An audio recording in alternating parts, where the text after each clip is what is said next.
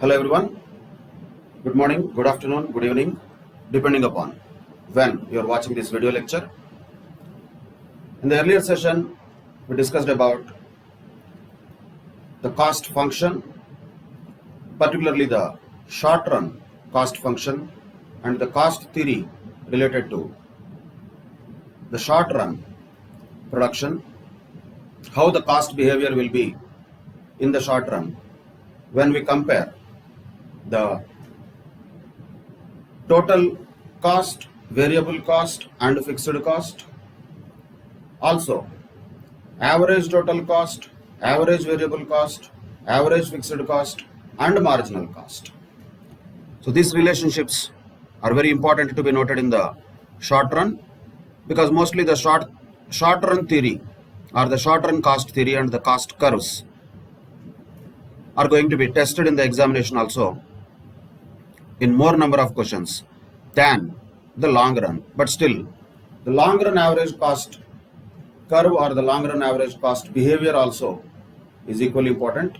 That's what we will discuss today. And as we identified earlier when we discussed about the production function, when we use the word scale, that is generally referring to the long run. When we use the word variable proportions, that refers to the short run. Same way, in case of short run cost theory, the variable aspects of the factors of production, when they keep on increasing, how the cost behavior will be in the short run, that part we have discussed already. But what happens to the cost behavior in the long run? Basically, long run is nothing but a combination of many short runs. That is what we have to first of all understand. And of course, one of the most important things is, in the short run, some inputs are fixed and others are variable. Whereas in the long run, a firm will be able to vary all its inputs. That means, in other words, in the short run, the firm is tied with a given plant or machinery, whereas in the long run, the firm can build any size or scale. That means none of the factors are fixed in the long run. All factors can become variable, in the sense they can be changed, they can be increased. The scale of the plant can be increased in the long run, whereas in the short run, the capacity or the plant is fixed. Only what can change in the short run is the variable factors like materials, labor, etc. That is the basic difference between short run and long run. So if at all a firm wants to have a huge plant in future, in the long run, it can do so. On the other side, if it wants to scale down and reduce its output, it can do so also. So that is a choice of the firm whether to scale up or scale down in the long run. And the long run is also called as a planning horizon. That is a word you should remember. There can be a question on that. Planning horizon is referring to long run. In that long run, the firm can plan all the things in advance to build whatever the appropriate scale of plant they want to achieve, so that they can produce the required level of output. But one point to be kept in mind, though the firm can increase the scale, decrease the scale, its production takes place only in the short run. Production happens daily. But when we say long run, what are we talking about? It is the cumulative effect of multiple short runs. In other words, the firm operates in the short run and plans for the long run. So long run is a planning horizon. but still the operations happen in the short run only. But in the long run, the firm would definitely like to achieve the least possible cost by changing its scale, by adjusting any of the factors that are required to be adjusted, so that the ultimate objective of any firm will be to achieve the least possible cost in the long run. So basically what a long run cost curve that we are talking about here tells us or depicts is the functional relationship between the output and the long run cost of production. How the output changes can have an impact on the cost of production in the long run is what the long run cost curve depicts. Of course, the short run cost curves were also depicting the same. On the x-axis there was output, on the y-axis there was cost. As the output increases, how the cost will behave is the basic cost theory, whether it is short run or long run.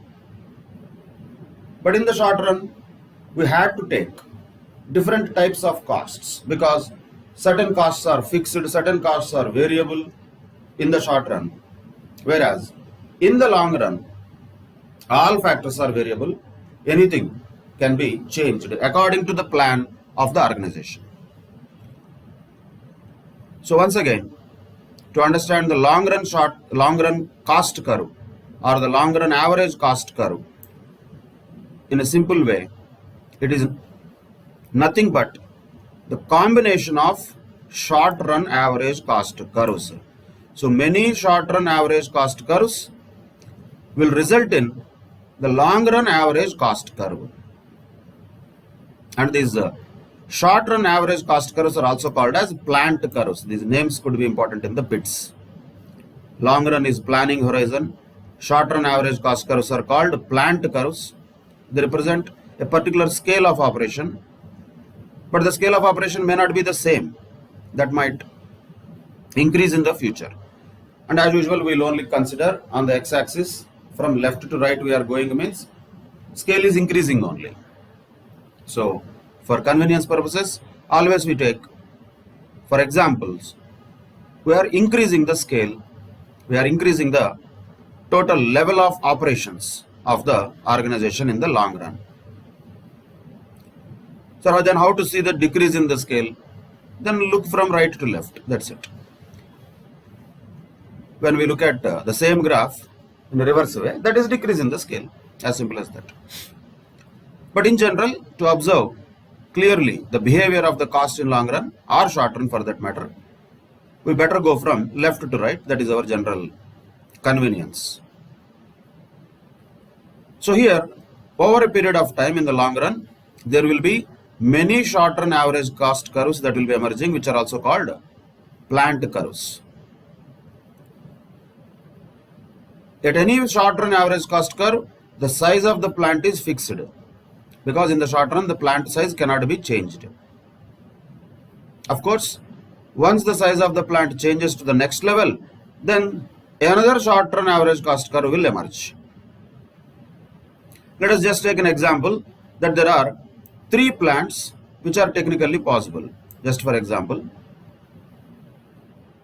And within that size of the plant, the firm can increase or decrease the output according to its requirements. How? In the short run, by changing the amounts of variable inputs. That's what the firm does when it actually performs the operations. But in the long run, what happens is the firm will choose among the 3 possible sizes of plants. It need not fix to only one possible size. There are 3 possible sizes, and the firm will definitely try to choose that plant size which is most suitable for them, ultimately which gives the least possible cost. If you look at this figure number 11, that will tell us the story of 3 short run average cost curves, that is SAC 1, SAC 2 and SAC 3. So this is SAC 1, SAC 2 and SAC 3. Now if we just look at SAC 1, that is the short-term average cost curve 1. SAC 2 is short-term average cost curve 2 and SAC 3 is short-term average cost curve 3. Now look at the various points on these 3 different short-run average cost curves, and we know that short-run average cost curves are U-shaped, that we already have observed. The same thing, but not that exactly the same shape, but ultimately they are all U-shaped short-run average cost curves. Now if you look at the actual point of output, let us say OB is the output. So we are looking at this point B. Up to this point, the firm will operate in SAC 1. Why is that, sir? Because that is the point at which the SAC 1 has the least cost combination, that is point Q, that is the lowest point of SAC 1. Up to that point, the firm will operate at SAC 1 because that is the lowest cost possible in that short run average cost curve. Now, can't the firm also use short run average cost curve 2 for that within the same level? Let us say, for example, if they want to produce OA, that is this. When they want to produce this much output, OA, why can't they move already to SAC 2?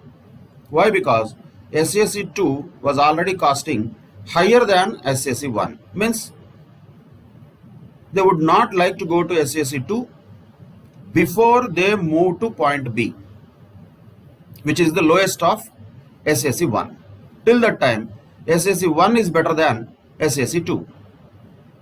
So at OA level, for example, which is better, which plant size is better, SAC 1 or SAC 2? It is SAC 1 because it is costing only L here. Whereas if they have already opted SAC 2, which is a bigger plant size, then the cost would have been higher, which is H. So point here to note is till OB amount of production, till that point of output, SAC 1 is always better than SAC 2. After that, what happened? SAC 1 started rising. After which point? Q point, which means the level of output is OB. Then SAC 1 started rising, which is not a good sign. Definitely nobody would like to operate at that level. We observed that already in the short run cost curves. So the moment after they already achieve OB level of output, that it becomes better for them to go for SAC 2. For example, let us say if they want to operate at a level of output which is more than B. B is the point where SAC 1 was the least.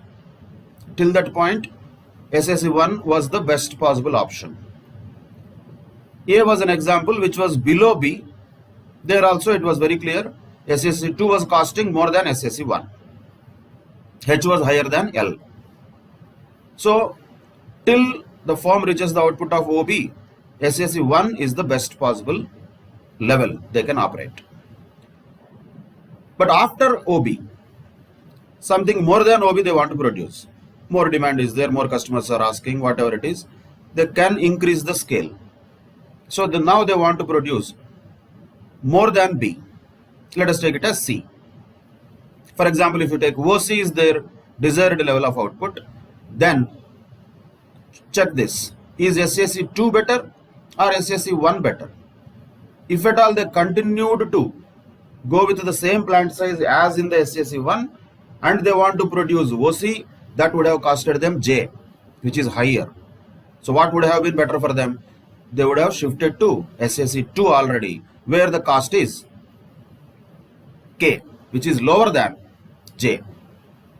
So naturally everybody would like to have lower cost. So K is lower than J. So naturally any point after OB, if the firm wants to increase the output, for example, what we have taken here is OC, like that any point till after OB, the firm would be better off if it moves to the next plant size, bringing in SAC2. That's what happens. So the point here to note is, when we talk about OA level of output, SAC2 will be more costly because AH is more than OL or AL. AH is more than AL means SAC2 was costly than SAC1 below the production of OB. But later, if it wants to go for more than OB but less than OD, which we have taken for example OC, there we can observe the CK is less than CJ, which means SAC2 is better than SAC1. Now let us say it wants to further increase the output from C to D. So even D also up to here, up to D point, SAC2 is better than SAC3.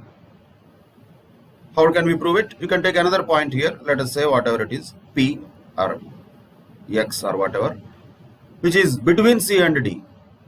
If at all you take it and draw a straight line like this. So SAC3 is costly or SAC2 is costly? 3 is costly. So it is not good. This is not good. This is better only. Still the firm is better off to continue with SAC2 till it reaches the point D. Now, once it reaches the point D, that means the production now is OD. Then there is point R. So from there onwards, SAC2 becomes more expensive. SAC3 becomes cheaper because SAC2 already has cut SAC3 and it has risen above SAC3. So what can we learn from this short run average cost curves all put together? Up to the production of OB, SAC1 is better. Up to production of OD, or we can say between B and D. Between B and D, SAC2 is better. Beyond D, SAC3 is better. Like this, the firms will decide upon which plant they have to operate, a smaller one or a bigger one. Should they increase the scale or not, is what is decided by taking this short run average cost curves in combination, not one of them. Many of them put together will give us the long run average cost behavior that will be shown as shown in figure number 11. But still, it is only explaining the various short run average cost curves, not yet coming with a long run average cost curve, which will be done in figure number 12. In reality, there will not be SAC 1, 2, 3 only. There will be many short run average cost curves. It could be any number. So here, you have taken a huge number of SACs, that is SAC 1, 2, 3, 4, 5, 6, 7. 7 short run average cost curves are taken. And if you draw all of them like this, one after the other, one after the other, you don't need to draw this one, by the way. Just understand this, that is enough. If the tangential points of all these short run average cost curves are drawn by freehand, that will result in the long run average cost curve. So it is the tangential points of various short run average cost curves that results in long run average cost curve. And in the long run average cost curve, this is the least cost output, that is Q. What is the best way or the optimum level at which the firm should operate, optimum scale the firm should operate will be OQ in the long run. Of course, in one day it will not reach OQ. One day it will not reach. First it will start, let us say, as given in the diagram, OM. If OM was the production, if this was the production, SAC2 was better because that was the least cost combination. If N was the production or ON was the production, then SAC3 was better, that was K, because 3 was lower than SAC2. If OV is the production, then SAC3 is still the better one, that is H. Like this, whatever the level of output the firm would like to have, according to the level of output, they will decide which level of scale they should operate. So, long run average cost curve is not something which is generated on its own. It is a combination of many short run average cost curves, and the tangential point of all the short run average cost curves put together is what is called as long run average cost curve. But if we take any output level more than OQ, for example, if the firm is over enthusiastic and wants to produce OW, too much it wants to produce, that results in a problem because it results in a higher cost than the least cost.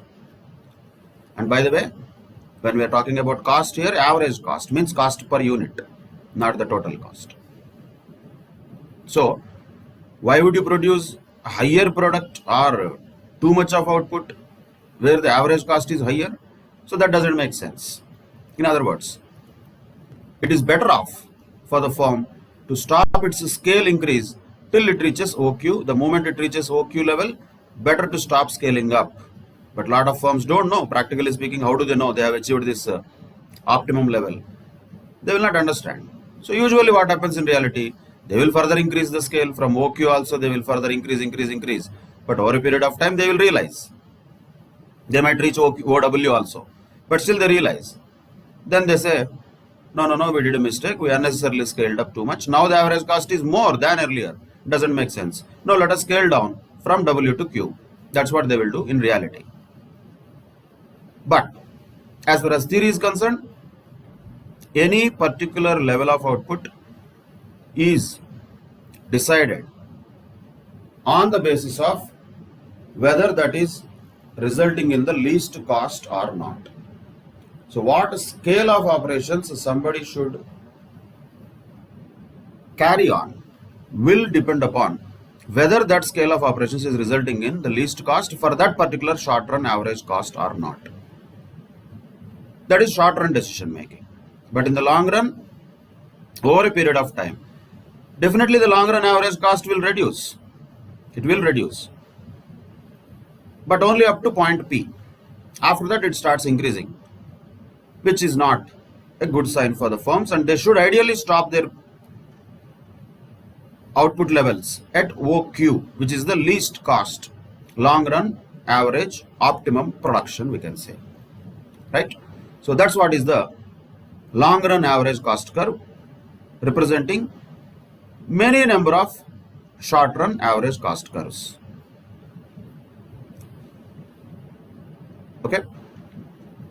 And as we have observed in this figure number 12, the long run average cost curves, which curve actually the one what we have drawn is tangent to each of the short run average cost curves. That's what is observed in figure number 12. There are 7 short run average cost curves, and LAC is just tangential to different SACs. So every point on the long run average cost curve will be a tangency point. It is a tangency point with some short run average cost curve. If at all a firm wants to produce, desires to produce a particular level of output, then naturally it will build a corresponding plant and operates in the corresponding short run average cost curve, depending upon what is the desire of the firm, at what level of output they want to operate. As we have seen in figure number 12, for example, if they want to operate at OM level, they will operate at SAC2. If they want to operate at say OV level, they will operate at SAC3, like that. At that plant size, they will operate.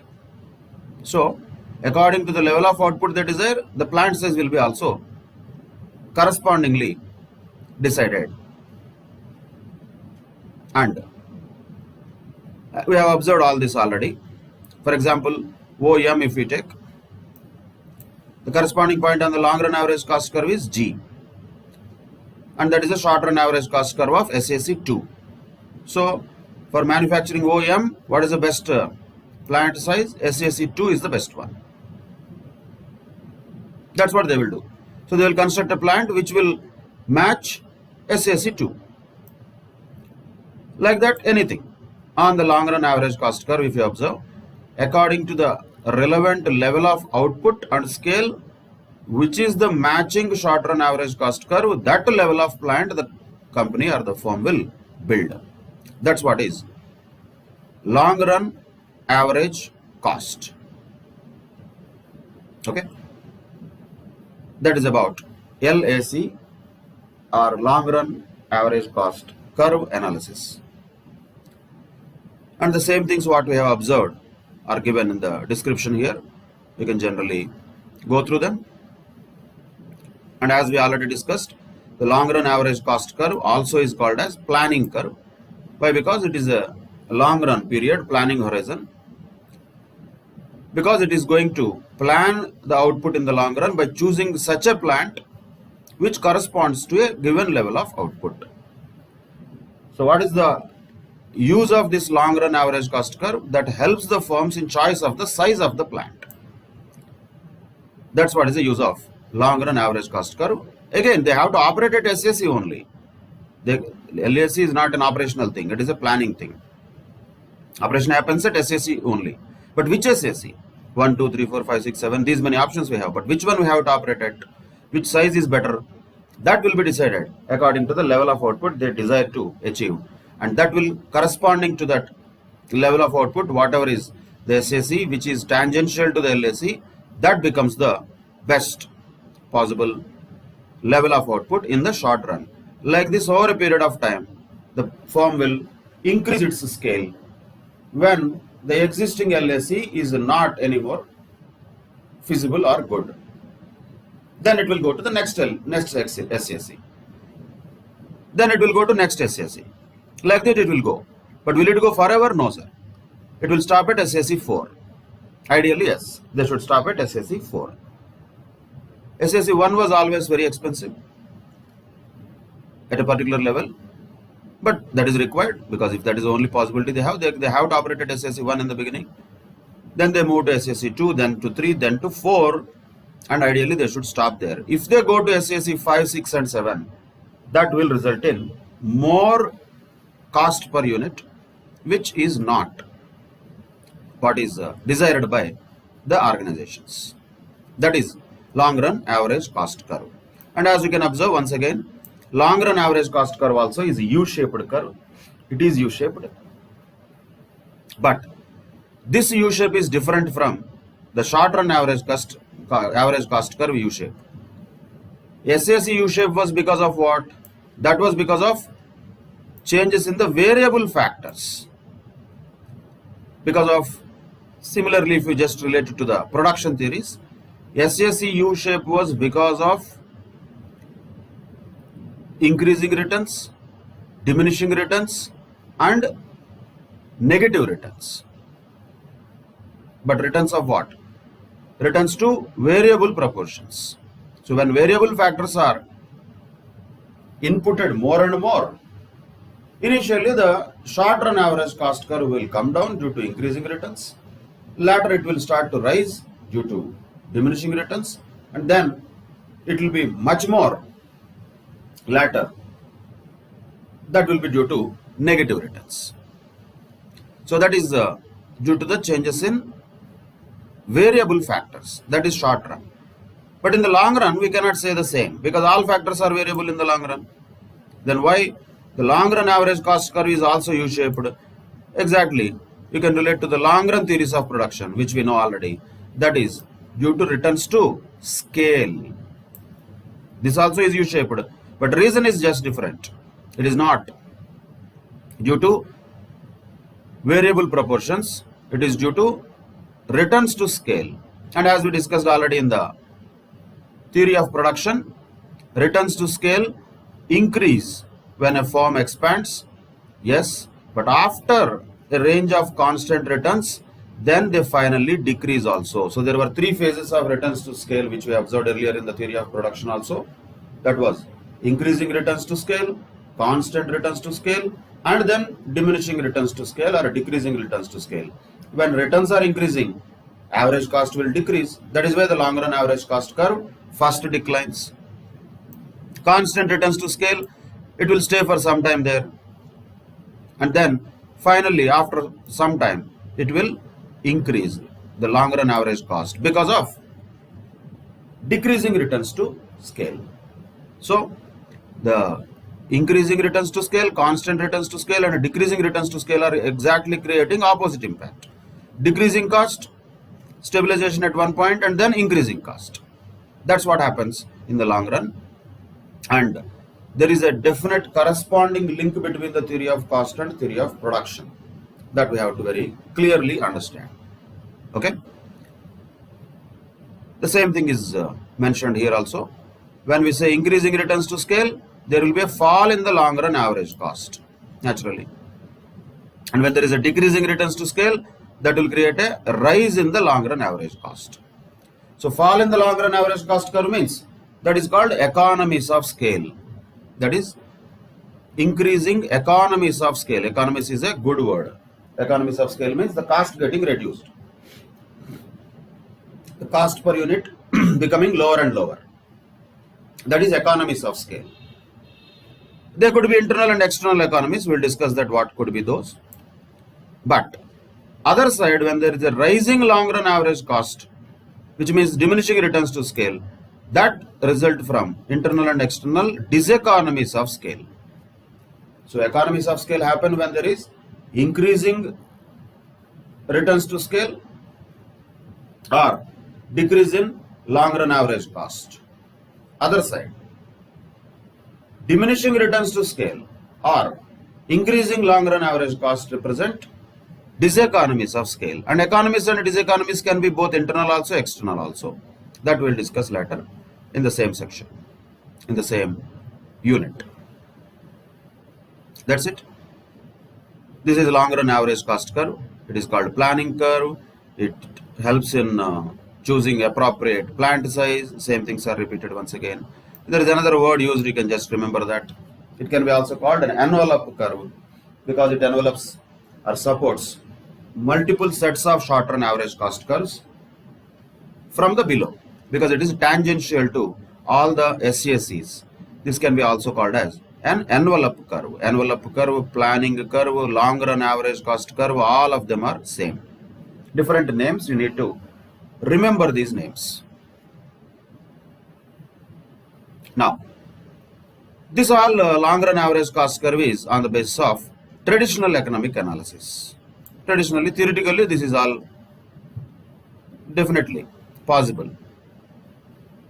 But what is the common point here? If you remember the original assumption, when we started the theory of production also and theory of cost also, one point is common. The state of technology remains constant, which is an assumption, right? But really, is it constant? Really, will it be constant? No. Because the empirical evidence, the practical examples taken from different firms, they show that technology will never be constant. So, what will be the shape of the long run average cost curve mostly in reality could be L-shaped curve rather than a U-shaped curve. Which means, initially, when the output is increased due to the increase in the size of the plant, the per unit cost falls rapidly due to the economies of scale, and the long run average cost does not increase because of technology. In the earlier U-shaped curve, the technology was assumed to be constant, but in reality the technology is not constant. So what happens? After rapidly reducing the average cost over a period of time, like this for example, that will remain at that level only. So L shape does not mean straight line like this. It will be mostly it will be just like this, not going to rise in reality. Why? Because technology helps in maintaining those economies of scale. The diseconomies of scale, which are caused by the theoretical problems as the level of scale of operations increases, will be nullified by the better improvements in the technology. That's what is about real long run average cost curve. Once again, only one bit can be expected from this. Mostly we are talking about the theories of economics rather than application of economics in real life as it would be exactly. That is not the scope at this level. But when it is given, practically what happens in real life, we have to understand it from a conceptual point of view. Don't we see that when the scale increases, the cost will decrease drastically? Yes, you can see in your life itself. Mobile phones like 5-6 years back, not long back also, were much costlier. Costlier in the sense not about profit only. To manufacture them also it was much costlier for the firms. Then because of the increased number of output, too much of production, economies of scale will automatically come. When the output is increased, economies of scale will come and cost per unit will decrease. So some of that benefit they pass on to the customers. So the prices of the same mobile phone may not be that expensive now as it was earlier. But once again, this happens due to the economies of scale. Ideally, according to the theory of long run average cost curve theory, this has to increase after some time. But it will not. Why? Because technology will come with another invention. By the time it starts to rise, the cost per unit starts to rise. Technology will come with another invention and that will keep the cost at lower levels only. That's what is reality. So the point is, even a firm has achieved a sufficiently large scale of output, it continues to enjoy the economies of scale because of rapid innovation in the technology, which is reality. But the theory that we have studied so far, which had a U-shaped long run average cost curve, assumes that technology is constant. So theory is different, reality is different. So in reality, how the long run average cost curve may be something like L-shaped without a rise later on. That's what is the theories of cost, both in the short run and the long run. In the short run, you need to be very much thorough with the graph I told you to practice, which depicts average fixed cost, which keeps on going down, average variable cost, which goes down first and then increases, average total cost, that also goes down first and then increases, and marginal cost curve, that also goes down first and then increases. But the shape and placement of each of the curves is very, very important. For that you need to practice. So short run curves and all the theories and questions related to them can be answered with that one graph. If you are thorough with that graph, many questions can be answered very easily. In the long run, we don't have to draw the graph, but we can just interpret the long run average cost curve as a tangential curve touching the various short run average cost curves. Many short run average cost curves having their tangential point drawn together will result in long run average cost curve, and that is a planning curve which tells or which helps the organizations to decide what is the best level of operations or scale of operations or the size of the plant at which they better operate according to the corresponding lowest cost on the short run average cost curve. That is about the theory of cost. Now there is some more general information once again related to the economies and diseconomies of scale. Nothing technical here. Mostly it is generic discussion. But we also know this name, economies and diseconomies. Just now, as we understood, economies means the cost, average cost being reduced or average cost coming down is economies of scale. Average cost going up is diseconomies of scale. That is what is the name indicating. But the point here is Why it happens? It can happen due to many reasons. All that we have to identify here is what kind of internal economies and diseconomies could be possible, and external economies and diseconomies could be possible. So simple point we have to keep in mind here is economies is a good thing, diseconomies is a bad thing. And good things and bad things both will happen internally also, externally also. If internally good things happen, naturally that will cause an economies of scale. If internally bad things happen, that will cause diseconomies of scale. Same logic applies to external factors also. So ultimately, when we look at the business undertakings size, which is increasing in a drastic way, and whatever the plants that we see in the world, majority of them are having large scale production. So definitely they have certain advantages. That advantages are called economies of scale. Scale means highest, largest possible production. Large scale production will be very useful, in generating that economies of scale, because the average cost per unit will be reducing as the number of units you produce will increase. And you can understand that with the common sense also. Big theory is not required, because the total cost we know includes fixed cost and variable cost, short run, long run, both ways, whatever it is. But ultimately the cost is cost. Cost is incurred in the short run only. So fixed and variable total put together is total cost. When the output increases, the variable cost per unit is going to be more or less same, not much different. Whereas the fixed cost is definitely going to decline. Average fixed cost always declines. So when you look at two different levels of output, at a particular level of output this is the cost, and another level of output which is more output, there is a more cost. Because the fixed cost will be constant within a particular level of capacity, what happens is the average cost will reduce. That's what happens in the short run. Like this, you further increase it and move to another short run, and further increase the scale and move to another short run. Like that, the SACs will be kept on changing from time to time, and the firms will increase their scale over a period of time to achieve these economies of scale, which could be internal economies also, external economies also. What are those internal economies and external economies? Let us understand. Now, basically internal economies are due to the endogenous factors, means internal factors. The name itself is same, internal, endogenous. External, exogenous, that's all. So endogenous factors means the internal factors related to the efficiency of the organization, or the managerial talents, or the type of machinery they are using, or the strategy they are adopting, brand they have. All these things are internal economies of scale. They arise within the firm, and they are available exclusively to the expanding firm. Only for this firm. They are not available to everybody. This firm expands, it will enjoy the economies of scale because of its own strengths. That is internal economies. External economies are different. Those are the benefits accruing to each member of the firm of the industry as a result of expansion of the industry itself.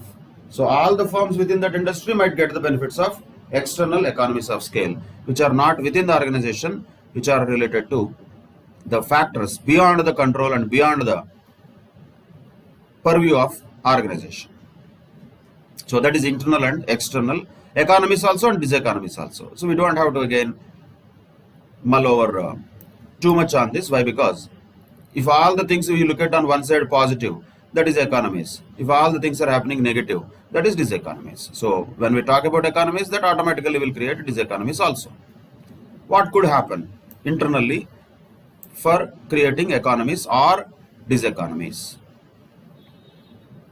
As we have understood, when the returns to scale increase in the initial stages and after remaining constant for some time, they decrease. That is why the long run average cost curve was U-shaped. We are talking about theory. But why do we get this increasing returns to scale, and why the cost falls initially, and after a certain time why the cost rises?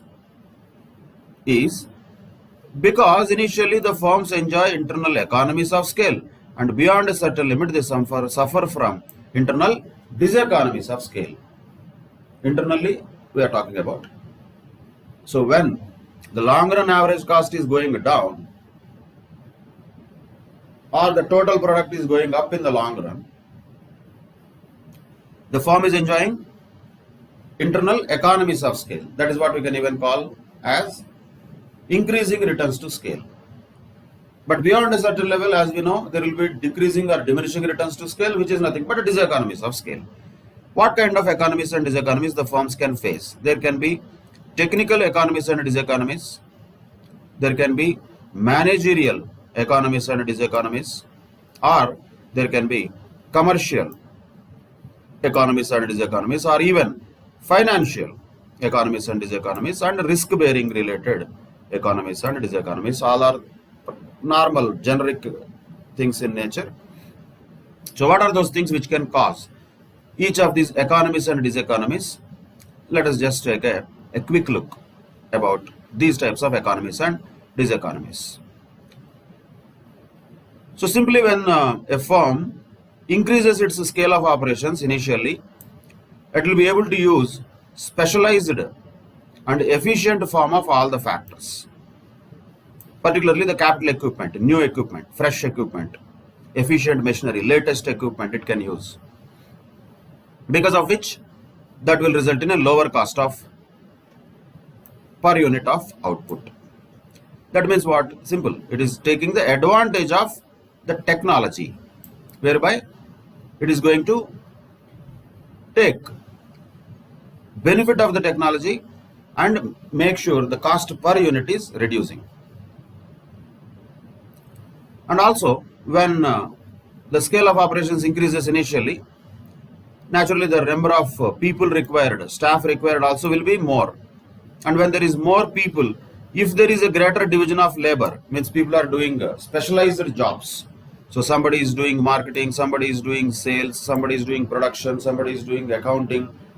As the scale increases, bigger organizations will have specialized people who are working, and that is called division of labor or specialization, and which will also result in cost per unit declining. That's what will be the advantages available to a large firm. If you just compare a small kirana shop and say Walmart, definitely Walmart will have better economies of scale than a kirana shop, because the level at which the kirana shop guy procures will be very small scale. That means the cost per unit at which he has to buy will be high. And big supermarkets, hypermarkets, they procure in a bulk level. So naturally the cost per unit will be less. That is an economy of scale. But that was talking about trading. But similar things happen in manufacturing also. When you are manufacturing a huge level of plant where massive output is being produced, your cost per unit will definitely reduce, because the people are doing specialized jobs, technology is used efficiently, and other costs like material costs also will be drastically lesser compared to a small scale producer.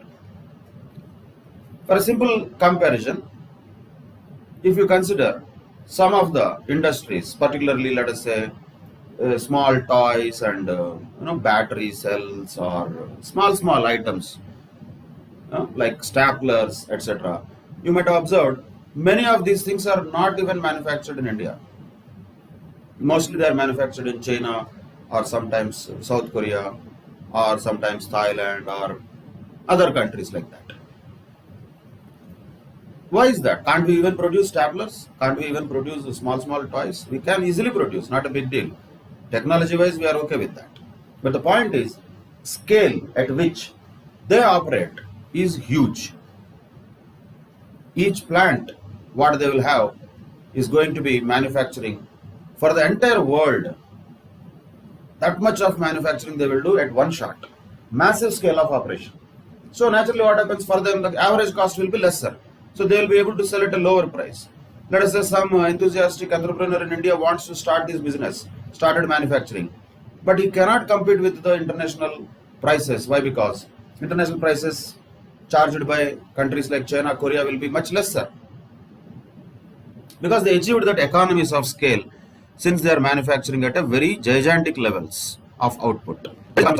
Of course, caused by technical and all other types of economies of scale that will result in average cost being lesser and lesser. That's what happens.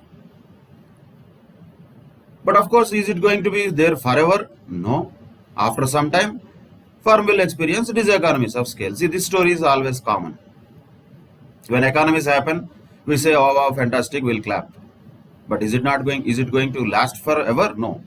Then diseconomies also will happen, because already the people who are working would be kind of saturated level they would have reached.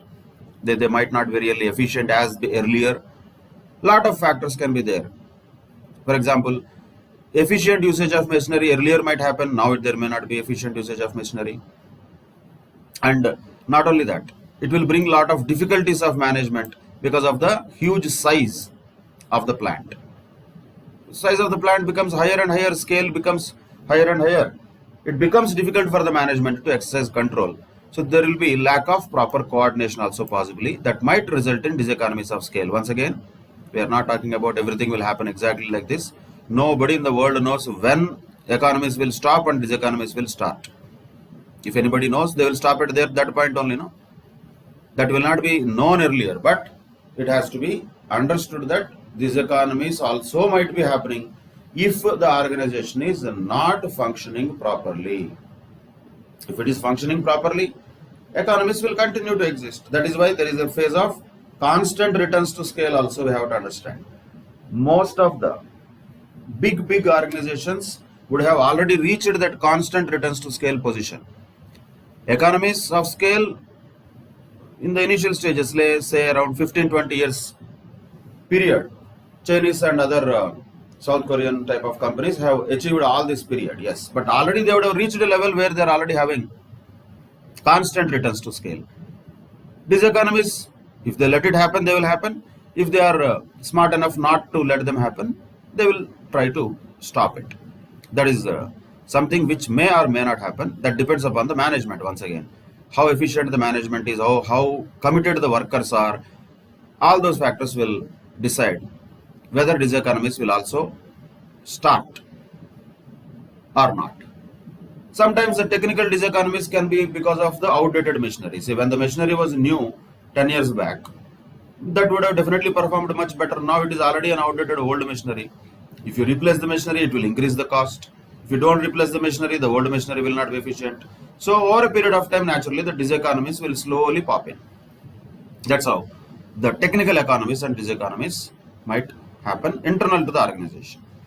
Same way, managerial economies and diseconomies also will have. Managerial economies also similar to the same points like division of labor. Different managers will have specialized departments, and they will definitely recruit specialized people, the personnel like production manager, sales manager, finance manager, etc. So each department can be further subdivided. Like, for example, sales department can be subdivided into advertising, exports, customer service, etc. So what happens? This specialization brings in many professionals and learned people into the organization, and their contribution at a managerial level will cause better efficiency, of course specialization, and the productivity will go up. This is what happens initially once again, and that results naturally in economies. All positive things whenever we say, those are economies. So these economies, diseconomies has nothing to do with economics. Don't think Indian economy, American economy, no. That is economy, that is different. Economies here is different. Economies here means benefits. Certain words are used in very different contexts. Let us say in UK, people say that certain thing has become costlier. They say that it has become dearer. Now, if I give a statement that, yeah, in the past 2 months, the petrol and diesel has become dearer.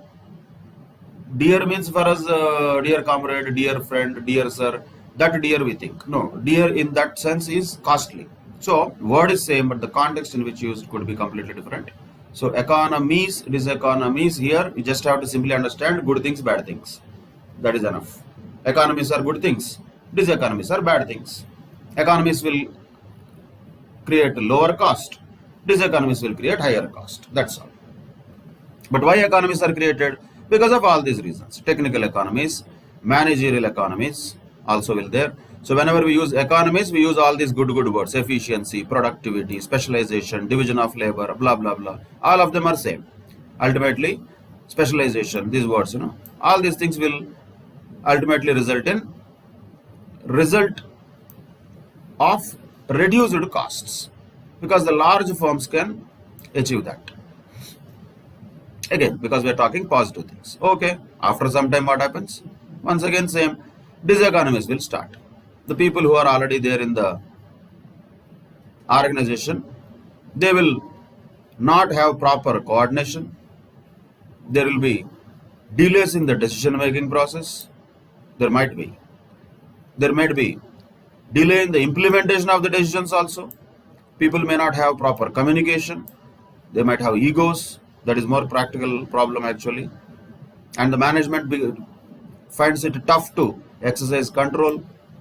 The coordination of different departments becomes more and more complex. And people we are talking about. So because of this, there will be a lot of bureaucracy, red tapeism, communication lines are too long and all that. All these negative things, bad things might cause the efficiency to reduce and fall, and because of which diseconomies might happen. So economy side, positive side, all good things we will talk. Diseconomies will happen naturally when bad things will happen. People are there already, lot of high level people are there, but people don't generally have that much coordination with other departments. Practically bigger organizations face this problem. Finance person will not involve production persons, and production person will not talk to the marketing person. Each of them have their own egos, and everybody thinks they are the only important person in the organization, which is true because everybody is important. But the point is, all of them working together only the organization is running. That they will not understand. So their personal egos will create the situations in a very negative way, and for the top management it becomes very difficult to manage that type of lack of coordination, and then that might result in inefficiencies and also diseconomies at a later stage. That is the managerial economies and the diseconomies. Commercial economies and diseconomies also, as we discussed earlier, related to the materials and all. For example, if there is a large firm, it will be able to place bulk order for materials. When it is placing a huge amount of quantity of materials, naturally it will enjoy lower prices. Naturally, yes. If you go, let us say, and book a cab for one place to another place, you will charge some amount. Imagine if a software company is booking 100 cabs in a month for its employees, definitely the cost will be lesser. The cab company will not charge the same amount, they will reduce drastically. So scale does matter, simply speaking. When there is a scaling up, bigger scale people, large firms will enjoy the economies of scale because of commercial economies. So they can be achieved from the input side by placing bulk orders. Also, they can be achieved from the other side, selling side, that is marketing side of the product also. When already the marketing staff or sales staff, if they are not working to the full capacity, if they are working also additionally, then the output can be sold at almost little or no extra cost. In other words, when there is a possibility of selling the output without any additional extra cost much, you can sell it at a very lower prices. So you can buy the things at a lower prices, you can sell the things also at lower prices. So that is what happens in case of commercial economies. And they enjoy advertising also, because large scale companies have this facility of bombarding the customers with advertising, and also automatically attracting the customers. Because the scale of production increases, advertising what they do is same, but the advertising cost per unit will fall. That is another advantage, that is another commercial economies of scale we can say. And not only that, they can sell their byproducts also profitably. For a small firm it may not be profitable. For a large firm there may be lot of economies for the larger firms. It can sell the byproducts also as a separate thing. Like for example, a big sugar factory having a lot of molasses can sell that molasses easily at a price where it can benefit from the sale of that byproduct. But a small sugarcane juice maker on the road cannot do that. What he can do that? He'll just throw it on the road and go. He cannot do anything with that. But the same scrap, the sugarcane scrap, along with molasses, the big sugar factories will use them for many purposes. They sell them to the breweries for manufacturing of alcohol, and they use it for power generation nowadays.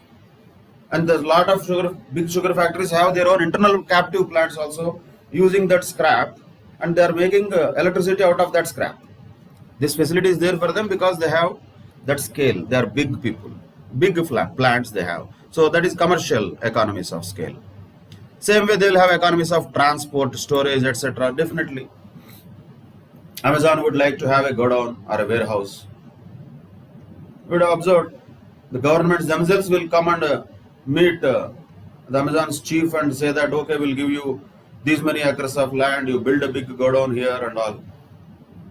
They don't have to procure the land. They will get land. Of course, they may pay. Whether they pay market price or not is a different discussion. But it is easy for them to build huge facilities. So per unit storage cost is very low for them. But on the other side, for a small trader, he wants to store something. He has to hire a godown. That will cost him. Same way for transportation also. For one truckload, how much the transporter will charge. And for people like huge organizations, Amazon or say Walmart, other big supermarkets, they have huge godowns and huge transport facilities. And if they are using any other logistics companies for transport facilities, they would charge very less amount to them compared to small scale operators. So simply, small scale operators will always have higher cost per unit. Big scale operators will have lower cost per unit because of these type of economies we are talking. Technical economies because they can use better technologies. Managerial economies because they can use better people, specialized professionals. Commercial economies because they can order in bulk and they can do a lot of advertising and they can sell the byproducts also. They can have a very cheaper transportation cost or storage cost. All these commercial economies can be experienced by big firms. But sometimes these economies might also after an optimum scale, after only. Till that optimum scale, the lowest cost, least cost output, the economies of scale will operate. After that, there may be a diseconomies of scale also that might happen from commercial point of view. So sometimes it may so happen that advertising and other marketing overheads increase more than proportionately after the optimum scale. You cannot sell unless you advertise heavily, and that additional advertisement cost might not result in additional profits. If that is the situation, gone. That is a phase where we can say that is not an optimum scale. That means diseconomies have started. Advertisement you are incurring anyway, but if you are incurring a very heavy advertisement expenditure, without that advertisement you cannot sell. With that advertisement you don't make profit. That is diseconomies. So that is another possibility of having commercial diseconomies. It is too early, but still I feel Zomato has entered into this unnecessary bigger scale where it cannot actually increase its scale without advertisement, but the advertisement expenditure what they are incurring is too heavy that is more than proportionate to their return what they are getting is what I think. Again, I am not a financial advisor of Zomato, so I don't know their real numbers, but I feel, because naturally with my experience certain things will come into my mind. I feel the app or the food delivery technology like Zomato heavily advertised, but I think it has not got the benefit out of it. So that is a diseconomy, we can say. A lot of organizations earlier, particularly the startups, they will not understand that where to stop the scaling up. So scaling up is important, definitely yes, but you have to stop at an optimum scale. If you expand it further and further, you push it further and further, it's good. It looks like a lot of sales you are having, more customers you are having. Yes, that all looks good, but ultimately profits will not be there because the average cost will rise. So that is commercial economies and diseconomies. Definitely financial economies and diseconomies will also be there naturally, because if you just take an example of Indian industrialists, who will get biggest loan? A normal farmer will get a loan, or a big industrialist will get a loan? Easily an industrialist will get a loan. We have seen a lot of people who took thousands and lakhs of crores of rupees also, some of them paying, some of them not paying. We see all of that. But suddenly if you observe, how can a bank give thousands of crores of loan? Because that's what banks are supposed to do. And to whom they will give? To bigger businesses they give easily. Easily they give, not that they give only to them. But for a bigger business, easily it can procure the finance relatively easier compared to a smaller firm. For a smaller firm, the finance is the biggest problem. It is not easy for them to attain or obtain. So, the bigger firms can get the finance with greater ease because of whatever goodwill and the confidence that investors have. The reasons may be different. Definitely, the large firms can raise the capital at lower cost. That means the interest rates which the banks charge to them also will be lowest. Almost normal small interest rates they will charge. But for the very small person, if you observe, the interest rates will be the highest. That is definitely, I would say, not fitting the requirements, but that is reality. There is an old saying about a banker. Who is a banker? What is a bank? Bank is that which will offer you loan when you don't want, and which will reject your loan when you want. When you really are in need of money, bank will never give you loan because it will say you don't have money. That is, Baba, isliye to I am asking you loan. I don't have money. Then bank says, no, I will not give you money because you don't have money. But when you don't need money, when you are already abundance of money, then bank will come and ask you, take more loan, take that loan, take this loan. Why don't you take this loan? Already those who already have money, for them, the bankers will give money. That is the nature of banking. Good or bad is a different story. But that is how the financial markets work. That is how the financial intermediaries work mostly. So the needy people will be charged higher rate of interest, and those who are having large firms, big corporates, will definitely have financial economies in the form of lower interest rates and ease in procurement of capital, and thereby again reducing their overall cost per unit. That will be financial economies of scale. Story is same. After some time, after you reach the optimum scale, will the financial economies also continue? No, they will not continue, because then it becomes difficult to raise the finance. In India, many of the larger firms are now in the phase of financial diseconomies because they have increased the scale more than they could actually achieve. Examples like infrastructure companies. Once again, not that exactly what I am telling is happening in reality, but tendency wise, if you look at the infrastructure companies from the past 10 years, like GMR, IVRCL, lot of big infrastructure companies, including real estate companies like JP Associates, these are all scaled up to high level. Suddenly they increase it too much. Whichever paper you see a new project coming up, a new airport being built, this. So much of scaling up happened for these infrastructure and construction companies. And because of that, they definitely increased their scale, and they are all happy about it. But over a period of time, what happened? They could not manage that. Diseconomy started. All diseconomies would be started. There would be managerial diseconomies also, there would be commercial diseconomies also, there would be financial diseconomies also. Now they are not able to raise the loans. I mean, somewhere around last year or so, or a couple of years back, GMR had to go to Japan to raise the loan. Why? Because they could not raise the loan in India. There is difficulty in raising finance in India now for those firms because already they have crossed that optimum scale of operations. What investors feel, what the market feels, probably is like that. So diseconomies of scale also will be there if we don't operate at an optimum scale. Highest scale I will do, I will become the biggest producer in India, or I will become the biggest manufacturer of the world. These are all good objectives. It is not about being the biggest. It is not about being the largest. It is about being the best. That is optimum scale. The lowest possible cost, better results are what are generally considered to be better than just having continuously increasing the scale of operations, which will or might result in diseconomies also.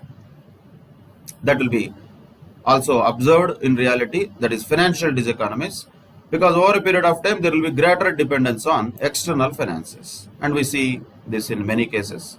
Of course, business failures will be there. We cannot only tell that scale is the only reason for their failures. Business reasons, other many reasons will be there. There will be 100 reasons for every failure. So that is why we cannot exactly tell scale is the only reason. But scale definitely is also one of the reasons for the diseconomies which it has caused to many people, many business organizations in India. And in the past few years, if you observe, the great businesses like Anil Ambani also is not in a position to raise finance now. He is not in a position to repay the loans that he has taken also. So that is all diseconomies which will result in problems to the organizations. Once again, scale is not the only reason, but scale is also definitely one of the important reasons for both economies also and diseconomies also. That is about financial economies and diseconomies. And risk-bearing economies also will be there. See, normally economies will be there for bigger organizations because they can bear the various risks suddenly. But small businesses will not be able to bear that risk. If you take just example of say demonetization, it has not caused much of any impact on the big business houses. Not much. There might have been a little bit of impact, that too very temporarily, but not much impact on the big business houses. However, definitely it has created a big impact on the small scale manufacturers and small scale traders and even farmers at that point of time, because they do not have that much risk bearing capacity. Take the current times only, corona times. If corona times are taken, big business houses are also facing problem. Even a smallest possible trader also is facing a problem. Every person, not only in India, entire world almost, is facing financial problems now. That is reality. But the point is, the large business houses and big business houses can cope with these problems because these ups and downs they can withstand. They will not be having a big problem with that.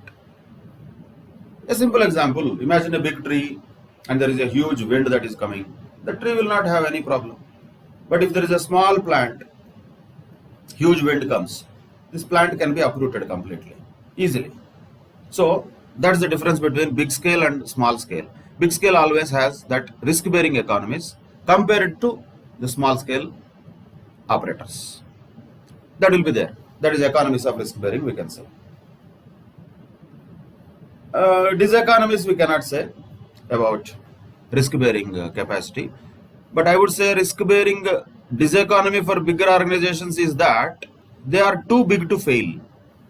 They become so big that even a small change also can collapse their entire empire. That is the diseconomy that they can have if events occur. But generally that will not be internal, that will be mostly external. That is why we can look at only economies when it comes to risk bearing. For bigger business houses, it becomes easier to bear risk. For smaller business houses, it is difficult. That's all. That is about internal economies and diseconomies. Now coming to the external economies and diseconomies, which are not within the control of the organization, which are beyond the purview, we cannot have any influence on them. Those are all external economies and diseconomies. But once again, since they are not in our control, they can be always left to the environment, business environment or nature. So they will not be according to the internal situation, they will be occurring or not occurring according to the outside situations in the real world. For example, if because of expansion of the industry, there might be an exploration of certain new and cheaper sources of raw materials that might make the raw materials cheaper. But once again, firm's influence is not there in that, because the industry itself has expanded in such a way that the raw material now can become cheaper. So much of input is available at a cheaper price. Quite possible. Same way, because of the expansion of the industry, the machinery and other capital equipments also can be cheaper. A practical example for this can be taken as, let us say, printing business or printers. Because of the scale increase in the printing business or printers, the cost of the printers is relatively much lower now. The cheaper equipment will be available. Even if you look at some of the construction equipment like pokeliners and cranes, these things were rarely seen around not even long back, 5 to 10 years back also. But now you see everywhere JCBs and all these pokeliners, big equipments, because relatively they have become cheaper. When the scale increases, naturally the cost will reduce. But this is caused by the market. Industry as a whole in India, as the construction infrastructure industry has increased, along with that the requirement of the equipment also increased. Along with that, you can procure them at a lower price. Of course, most of these are imported, but still that will result in cheaper procurement of materials also, machinery also, and some types of equipments also. That is what larger scale will bring a kind of external economies, we can say, right? That is one of the examples of external economies of scale. Same way, technical external economies also can be there. Technical means when the technology itself increases outside, definitely that will have better machineries now, improved machineries now, improved process will be there. So the technology that is developed not internally by the firm, in general in the world also, will create a positive impact and create economies of scale to all the people in that industry. That is external economies. Imagine if better computers are manufactured, better processes are made because of technological innovation. Will that not help the software companies to do their jobs in a quicker time and result in more efficiency? Definitely yes. But they did not do anything. They are only using those computers. But somebody made these computers in such a better way that has been helpful to the organization to reduce their cost of production. So external economies of technological factors also can be there. And another very important external economies of scale external reason for the economies of scale could be the development of skilled labor. Because in one particular area, there is also another same software industry can be taken as an example. When the scale of operations of that industry has increased, the number of people who are coming into that engineering and all the other courses, after that learning programming and all that also has increased tremendously. So for the international organizations now, the trained labor, the pool of trained labor is available, that at a cheaper cost. Because of over a period of time, the industry has grown into such a level where lot of skilled labor is attracted to that industry. That's what happens. And because of this external reason also, the companies can have a favorable effect on their level of productivity, and cost of the firms can go down in that industry. Particularly the software industry, if you take as an example here, IT sector, the costs are reducing definitely. It's a different story. The revenues are also reducing, unfortunately, but still, comparatively, like 20 years back or 15 years back, what a fresh graduate, engineering graduate, or the software engineer was paid is almost the same as what they are paying now, being paid now also. But if you look at inflation, say 20,000 rupees per month, 15-20 years back is different, 20,000 rupees per month now is different. Which means what? The cost to the company has reduced drastically. It may look like only same money, but the money value has reduced all these years. So considering that the cheap labor or a pool of trained labor is available at a lower cost because of development of skilled labor in that particular industry. When the industry is doing, definitely the relevant skills will be also there, which will garner around that industry, and all the people will generally also go with that same flow, which makes the firm's life easier, and that will create a better economies of scale to the firms over a period of time.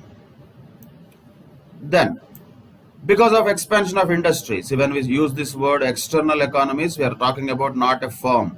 We are always talking about industry as a whole, whichever industry it may be. We are not talking about individual firms. We are talking about entire industry. Entire industry will get the advantage of cheaper raw materials.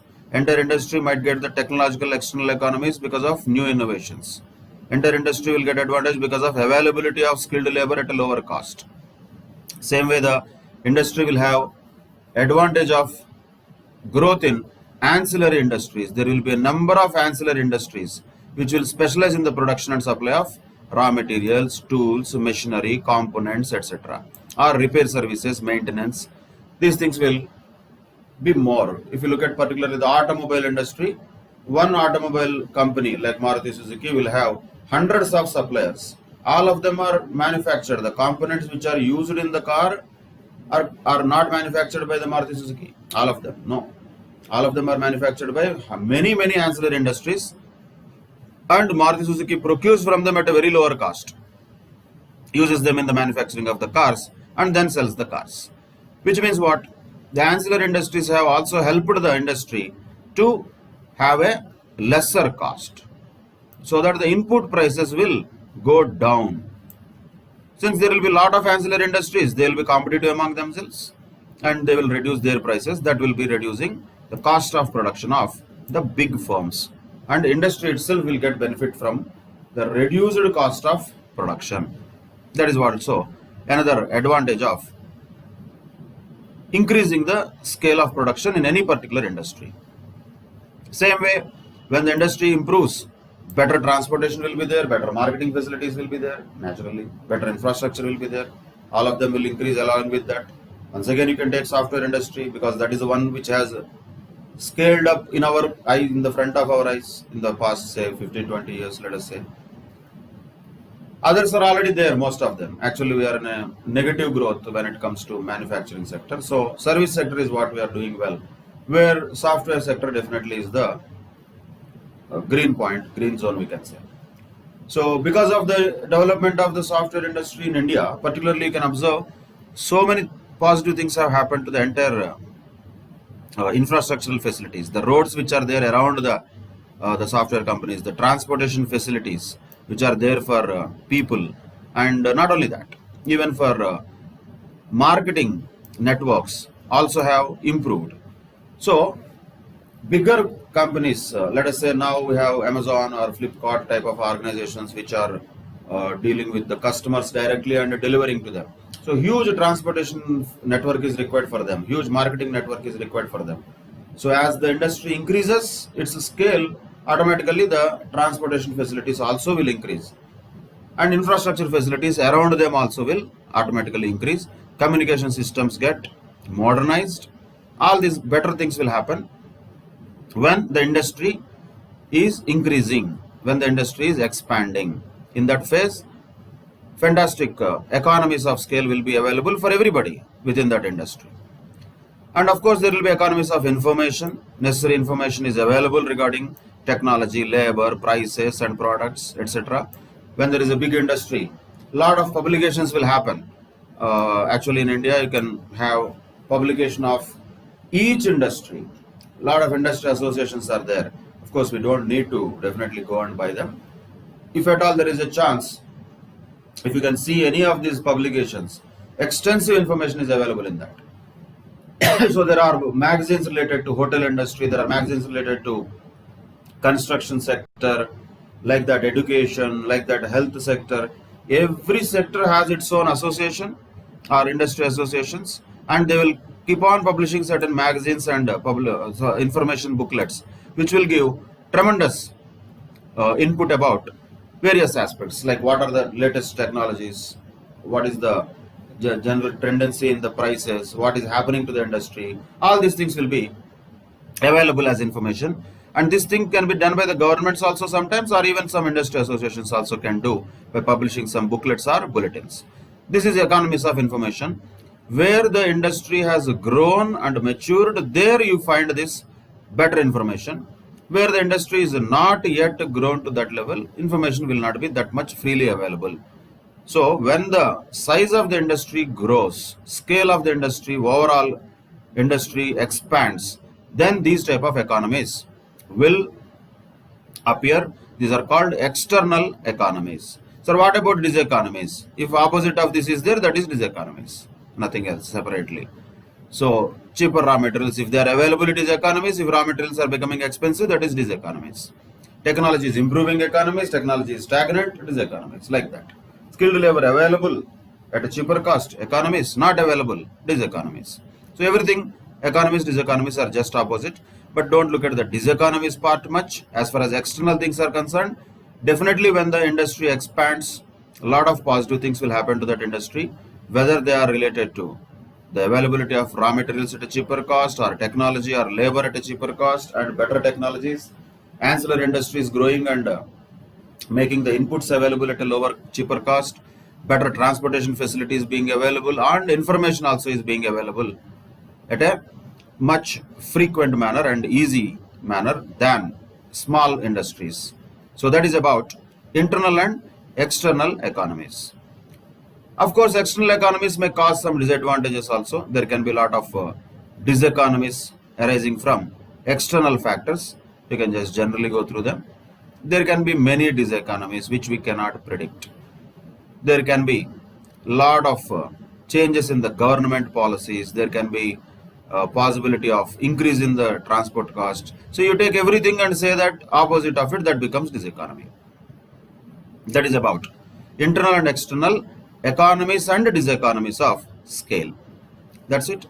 That is about the cost theory, which is related to short run as well as long run behavior of different costs. Now let us quickly recapitulate the chapter in this summary, what we already discussed.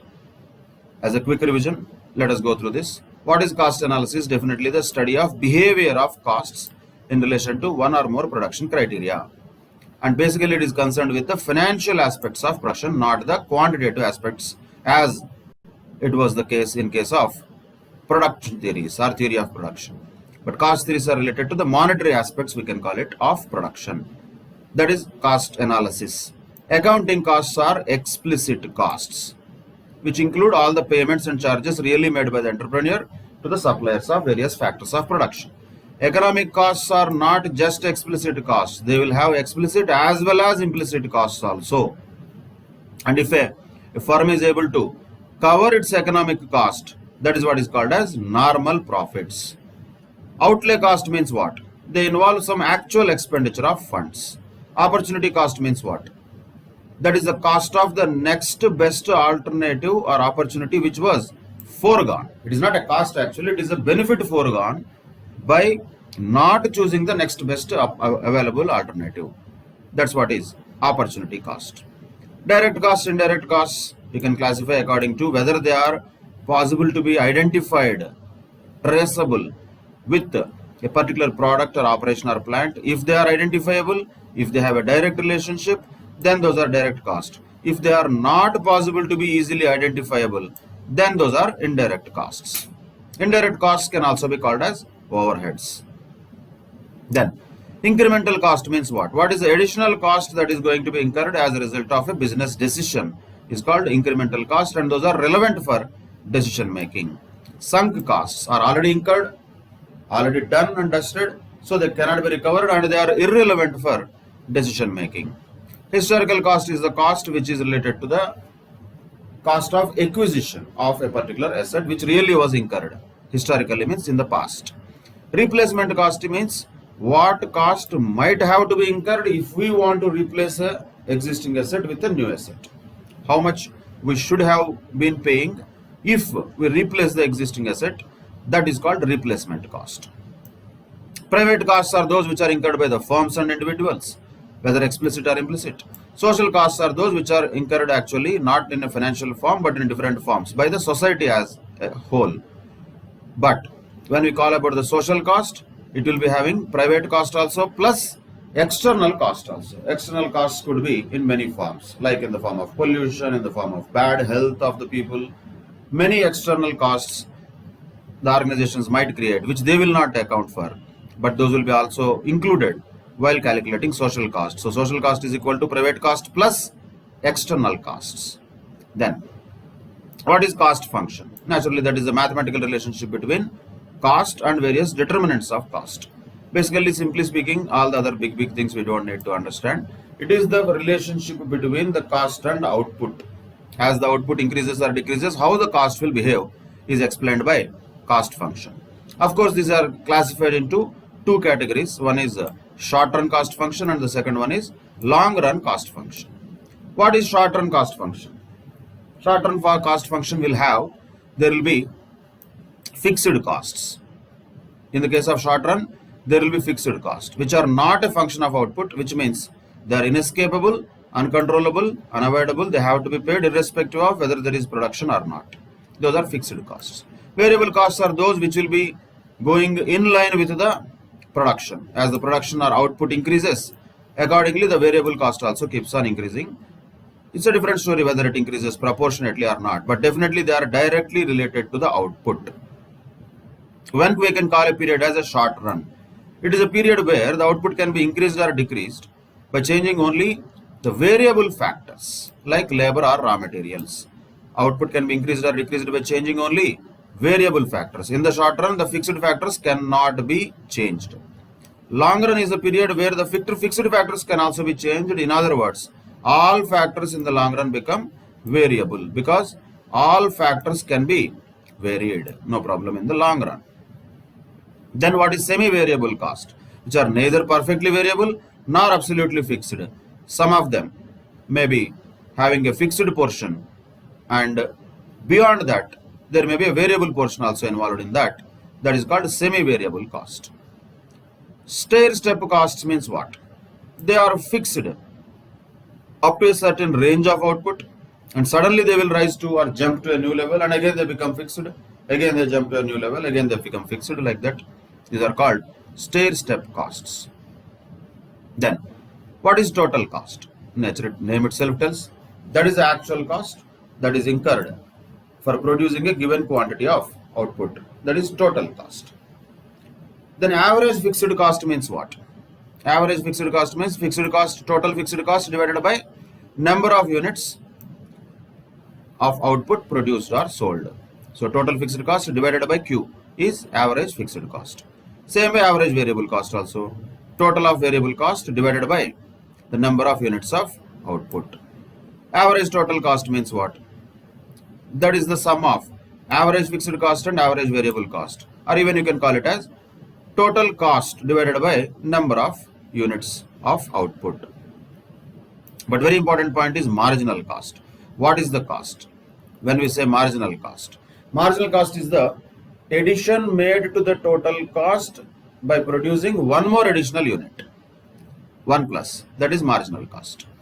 That is all related to the short run theories of cost function.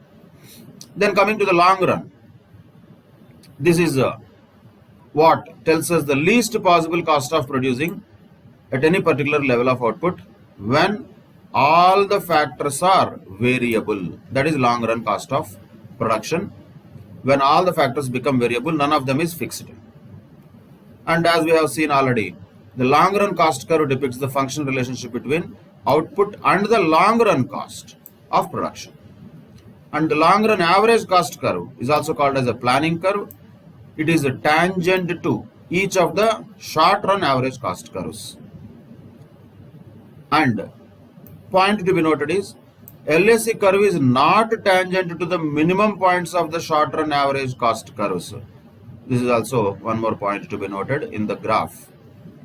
Is LAC touching the lowest possible points of all the SACs? No, it is not. If you observe the LAC here, where is it touching?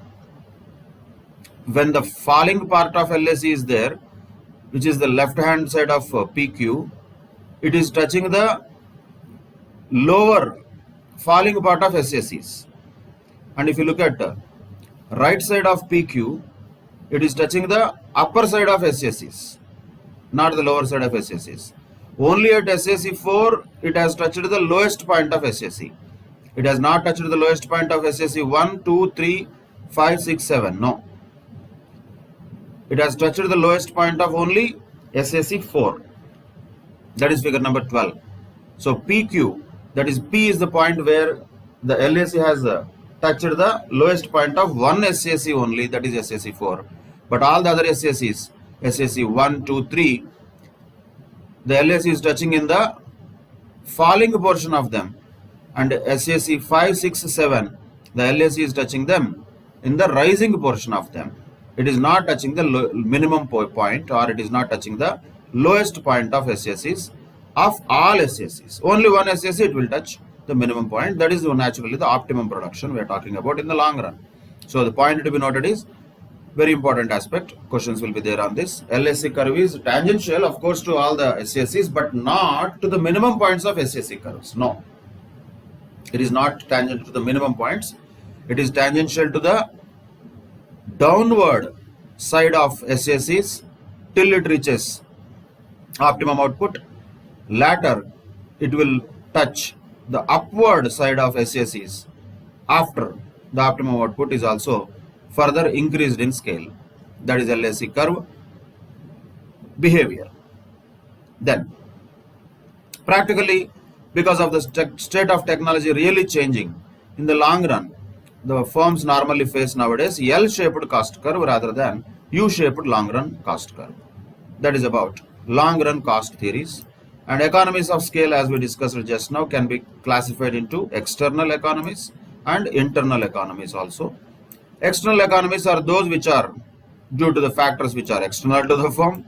Internal economies are those which are accruing to a firm when it engages in large-scale production. They are accruing to a firm. Internal economies. External economies are also accruing to the firm, but the factors are not related to the firm, the factors are related to industry.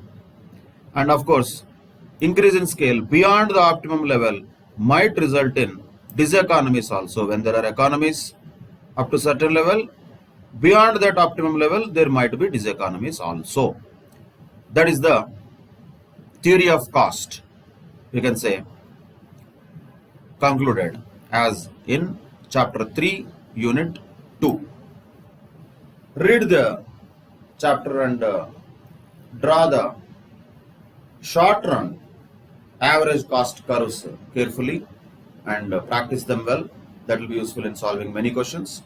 And in the next session, we will discuss the MCQs related to both the chapter of theory of production also and cost also, which are related to chapter 3, unit 1 and unit 2 put together. Because these two are very closely related with each other. Theory of production and theory of cost cannot be completely segregated. They have a very close link. Only point is, production theories talk about quantities, cost theories talk about money. When we look at the production theories, the shape of the curves was like bell. When we look at the cost theories, the shape of the curves is like U, opposite of it. So, whatever the production theories tell, the impact of that on the actual cost is what is shown by cost theories. So, they have to be understood in conjunction with each other. That is the best way of identifying and understanding the theory of production and cost. With that, we will conclude this session. And in the next session, we will discuss about the MCQs which are given in the ICI material related to this chapter 3. Both production as well as cost theories put together. Till then, take care. Bye-bye. Thank you very much.